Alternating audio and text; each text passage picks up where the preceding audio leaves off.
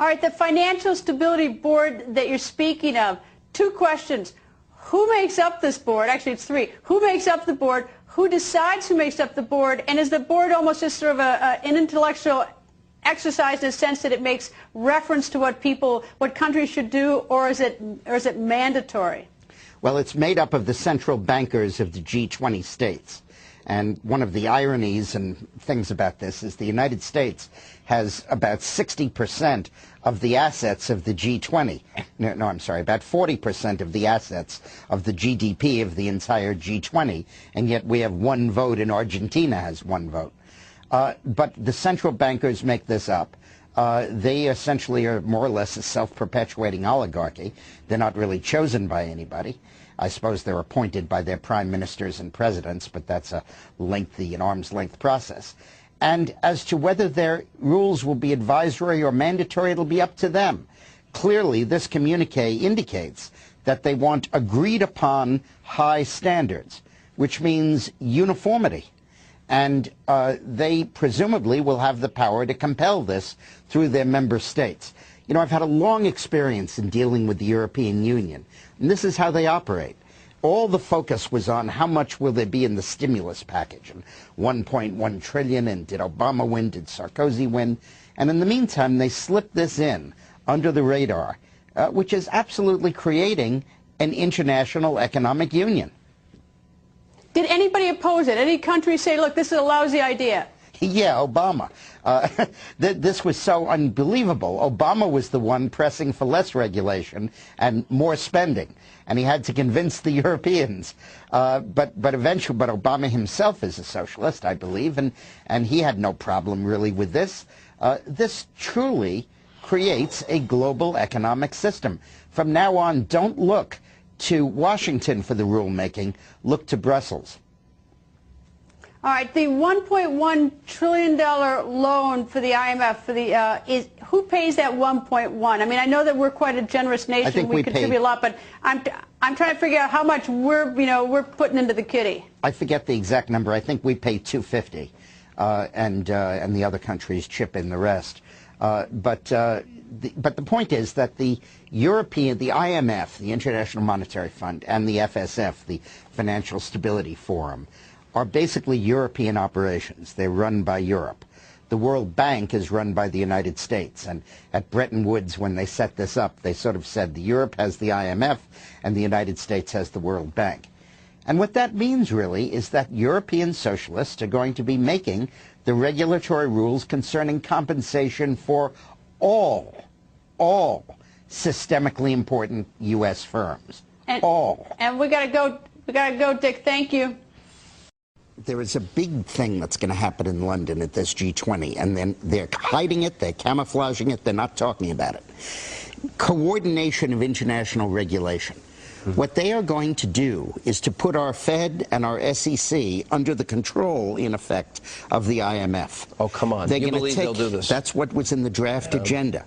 They call it coordination of regulation. What it really is putting the American economy under international regulation. Yeah. And those people who have been yelling, oh, the UN's going to take over global conspiracy government. Theorists. They've been crazy, but now they're right. Yeah, well, when Geithner said he would be open to the idea of a global currency last week. Yeah. Those conspiracy people had said and suggested that for years. Right. You're not wrong. You're not wrong. And you know, it's what they always do at these conferences is they have the center show. You and I grew up in is gone. And maybe it's gone forever if we don't wake up now. McCain said last night, was anybody stunned by, oh, I want to buy up all the bad mortgages so there would be no foreclosures? As outrageous as that was, bad news for you, gang. That's already in the bailout bill. Believe it or not, Paulson can do that. He doesn't have to even ask you anymore. There is a global meltdown coming. It is a global depression. And one world currency and one world financial system is the end game. China said last week they want one global currency. France said yesterday or the day before that they want one world order, a new world order, at the end of this event. 2 nights ago, the government used $900 billion of your money to give loans to businesses and guarantee those loans. Did they even ask you? That's your money. Last night, for the first time, the interest rate was cut globally. The U.S. dollar certainly has been the world's reserve currency for more than half a century. That's how the world does much of its business and how it prices commodities like oil. But China right now, the largest holder of U.S. dollar assets, wants to change all of that, at least potentially. Let's go to Tom Foreman. He's got some specific details. Tom, what's going on? Well, Wolf, really what we're talking about here is a two-part problem if you look around the world. First, you look at countries like China and others that have a lot of money invested in the United States, and they want to make sure those investments are solid. Look at some of the investment levels here. Brazil, $133 billion, roughly, something like that. The United Kingdom here, $124 billion. The third largest, oddly enough, is oil exporting countries, $186 billion. Who are we talking about here? Well, it's quite a long list. Ecuador, Bahrain, Kuwait, Saudi Arabia, on it goes. Many of them Central American countries, but they're heavily invested in the United States as well. Japan over here, a big investor, $634 billion. But the biggest one of all is the one you mentioned first, Wolf, China. $739 billion invested in the United States.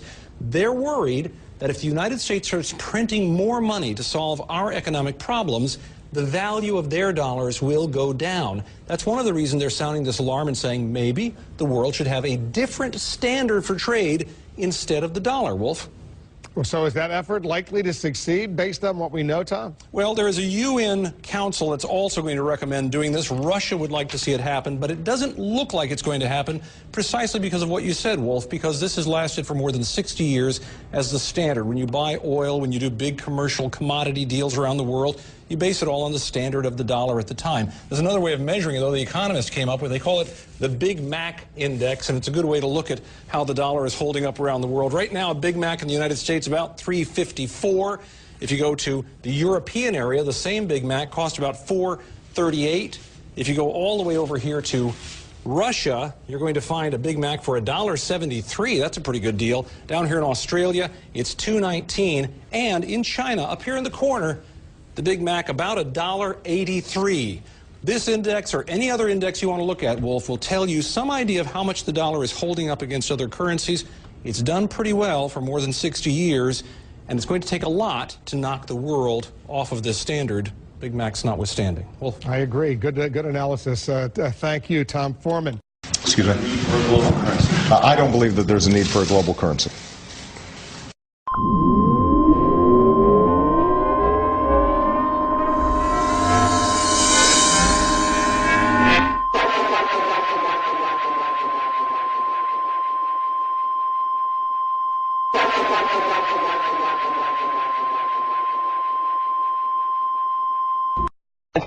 Today, the dollar fell against the euro. Another confusing statement from Treasury Secretary Geithner in which he contradicted his testimony before Congress. During an appearance at the Council on Foreign Relations in New York, the Treasury Secretary was asked about a proposal from China's top central banker, China's idea to replace the dollar as the world's reserve currency.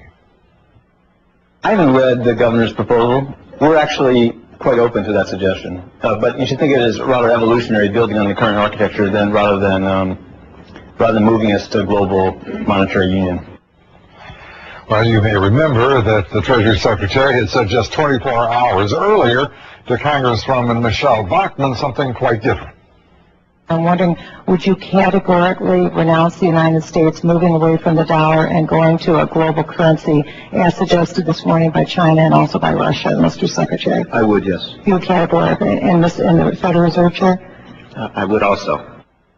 Well, upon looking at the contradiction of his testimony, Congresswoman Bachmann says just a day later, Secretary Geithner has left the option on the table. I want to know which it is. The American people deserve to know. Unquote.